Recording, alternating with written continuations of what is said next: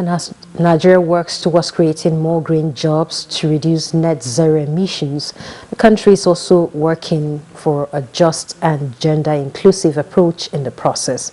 Minister of Labour and Employment, Dr. Chris Ngige, stated this at the launch of the Nigerian Initiative for Climate Action Transparency Consultancy Project. That was the minister, and Joseph Otsen reports.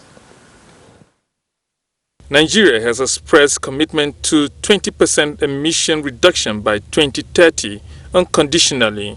Because you are trying to tackle climate change, at the end of the day, it creates a problem of loss in jobs, as well as uncertainty in income, or you succeed in exacerbating poverty. In as much as the transition away from fossil fuel alone can lead to loss of 6 million jobs by 2030, the International Labour Organization also sees windows for the creation of not less than 18 million jobs worldwide in the process of keeping global warming below 2 degrees Celsius. Here, stakeholders in government, organized labor and employers converge to explore these opportunities with an eye on just and gender inclusivity.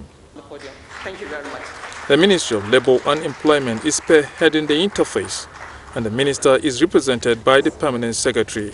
We have appointed and commissioned the national project consultants who are working closely with the ICAT appointed international team of consultants to deliver the project in close consultation with all of you gathered here today. Hitherto, we are using carbon-intensive generators to power our households and systems, but now gradually a lot of individuals are using solar systems, which is a cleaner source of energy.